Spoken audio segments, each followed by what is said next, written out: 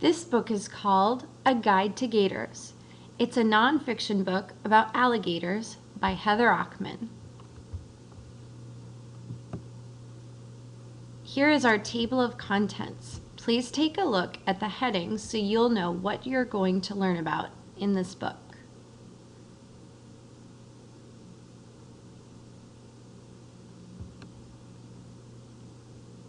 Let's start off with fun facts. Fun facts all about alligators. In this book, you are guaranteed to learn a lot about alligators. Below are some of the most fun facts about them to get you thinking. The alligator is actually a living fossil of the age of reptiles. Normally, fossils are artifacts or pieces of evidence like bones or imprints in the earth.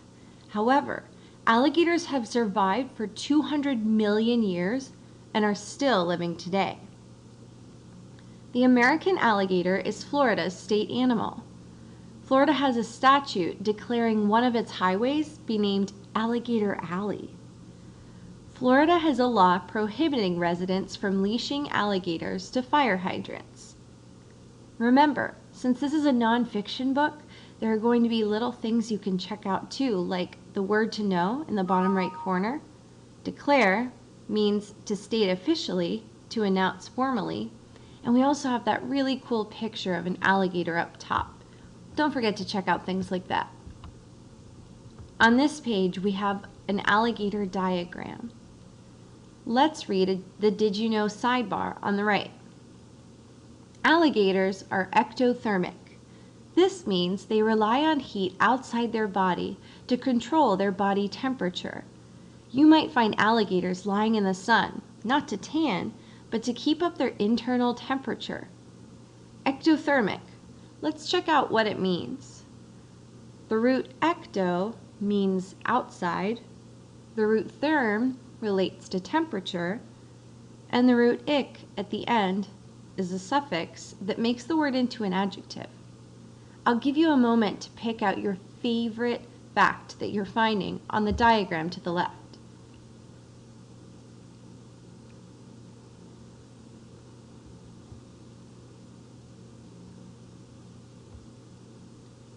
Great. Now let's check out alligators versus crocodiles. Alligators versus crocodiles, a crocodilian showdown. An obvious difference between the two are their snout shapes. Alligators have wider, shorter heads, which are more U-shaped. They have different shaped noses because they eat different kinds of food. An alligator eats small fish, insects, turtles, and eels. So at the bottom, we see that we have an American alligator. So we've learned a bit about alligators. On the next page, we'll learn about crocodiles. Keep this question in mind. In a battle, who do you think would win and why? Let's learn about crocodiles next. On the other hand, crocodiles have a more V-shaped snout, which is longer and more pointy. Another difference is that a crocodile eats larger animals like buffalo and wild pigs. Quick fun fact, a crocodile can't stick out his tongue. Can you? See how far you can stick out your tongue. Despite their differences, alligators and crocodiles do have things in common. Both alligators and crocodiles are considered part of the same species called crocodilians. Some of the features they have in common include cold-blooded, thick-skinned, and egg-laying. Now that we know all the facts, who do you think would win in a battle? Alligators or crocodiles? Take a moment to tell a friend who's going to win and why.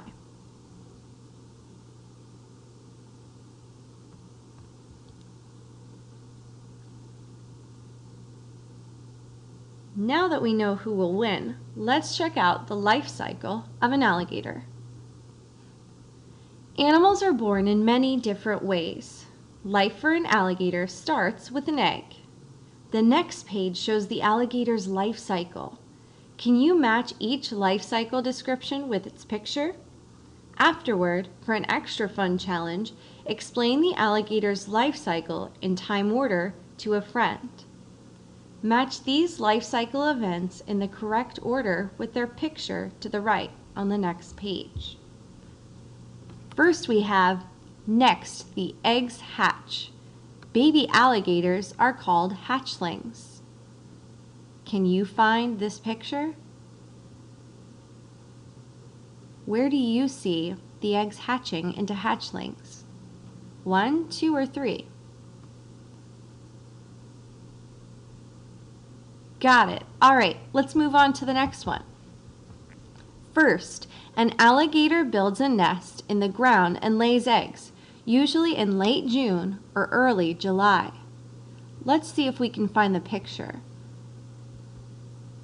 Can you find the alligator nest? 1, 2, or 3? Man, you're getting good at this.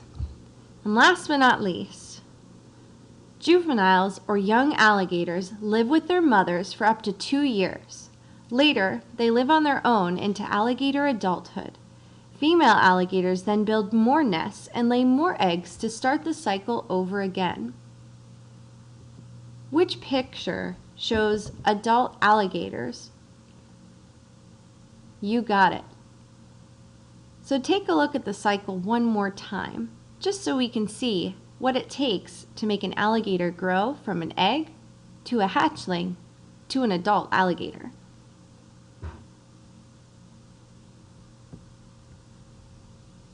Next, we're going to learn about fight or flight. Fight or flight is a body's immediate reaction in order to survive. When something threatening approaches, this causes many changes in the animal's nervous and endocrine system.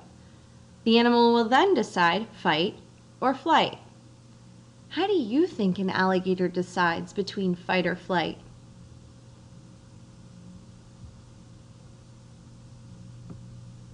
Next, we'll learn about 2 scenarios. The first scenario is on the top, the second one is on the bottom. One of these is a fight response, the other is a flight. See if you can pick out the difference. Our first event, cause. Alligators are predators. Some of an alligator's prey include fish, snails, birds, and frogs. Many times, alligators wait for their prey to come to the edge of the water. Effect. This causes alligators to naturally attack. Because these animals are small and naturally occur in an alligator's habitat, the alligator does not feel threatened and will immediately react. Does this describe fight or flight? Now, let's move on to scenario 2. Here we have a picture of a sleeping alligator. Cause. Alligators frequently bask in the sun to warm up their body temperature. However, sometimes humans approach very suddenly. Effect. This can cause the alligator to noisily jump into the water to escape. Alligators are normally very quiet entering the water. As a result of feeling startled and stressed, the alligator will thrash around in the water to get away. Does this one describe fight or flight?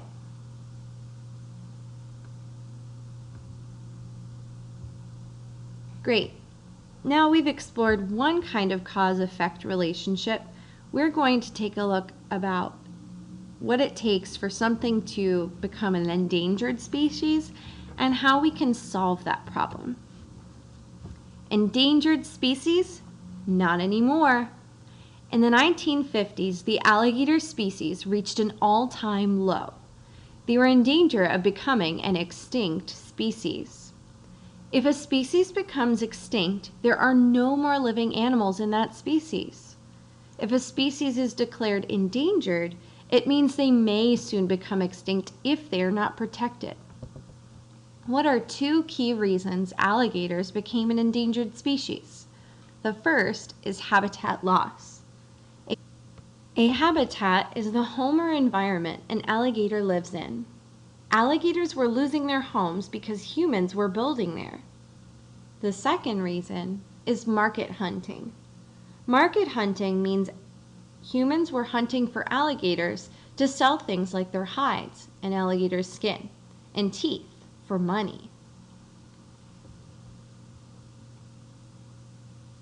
Since we had this problem of them being endangered, how did we solve the problem?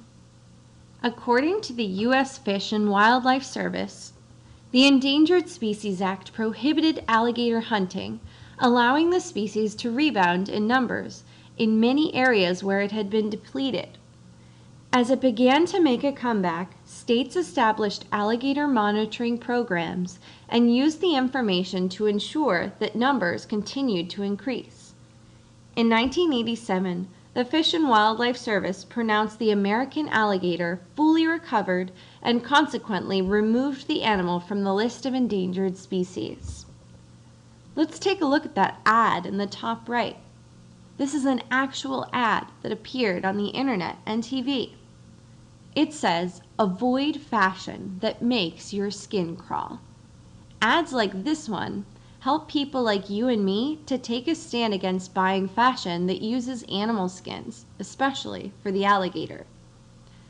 And last but not least, our alligator says, "I'm a success story, but only because people like you know and care about me. What other animals need your help?" Thanks for exploring this book with me. I hope that you learned a lot about alligators and that you're excited to read and find your next best nonfiction book.